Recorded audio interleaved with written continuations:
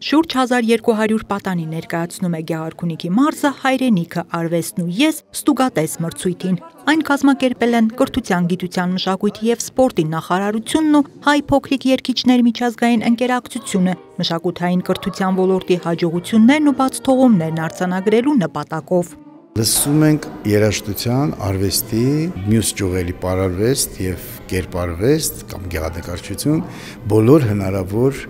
դպրոցները, որոնք ուսուցանում են պետական ծրագրով։ Ստուգվում է ամեն ինչ պետպատվերով սովորող երեխաները, ինչպես են հաճախում, ինչպես են սովորում, ինչպես են ելույթ ունենում։ Մրցույթի առաջին փուլը համայնքայինն է։ Ներկայանում են մարզի համայնքների մշակութային հաստատությունների լավագույն մենակատարներն ու խմբերը։ Մրցույթը երաժշտական և արվեստի դպրոցներին ցուցաբերվող ուսումնամեթոդական աջակցության ձևերից մեկն է, ուղղված ոչ միայն աշակերտների, այլև ուսուցիչների կարողությունների զարգացմանն ու մասնագիտական աճին։ Այս մրցույթային կարգը նոր մեթոդ էր, որը շատ հեռանկար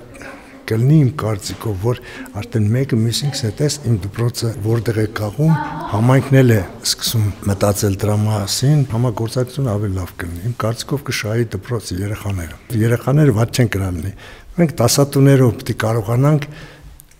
ակտիվացնենք երեխաներին։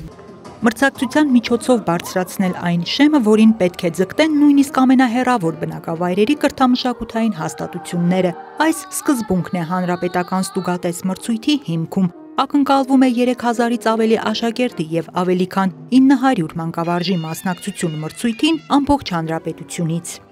Ներկայացված է գծանկար, գունանկար ստեղծագործություն առարկաներից։ Դպրոցը նորաբաց է, 2 տարի է ինչ գործում է։ Փորձել ենք ցուցադրել ու հասկանալ, թե ինչ արդյունք ունի դպրոցը այդ 2 տարիների ընթացքում։ Հաշվետվության պես մի բան է, քանի որ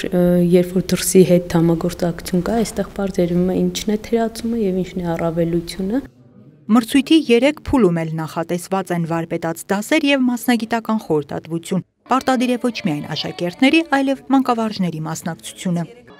Անահիտ Կարեյան, Քյավառ հեռուստաընկերություն, Գեղամա օր։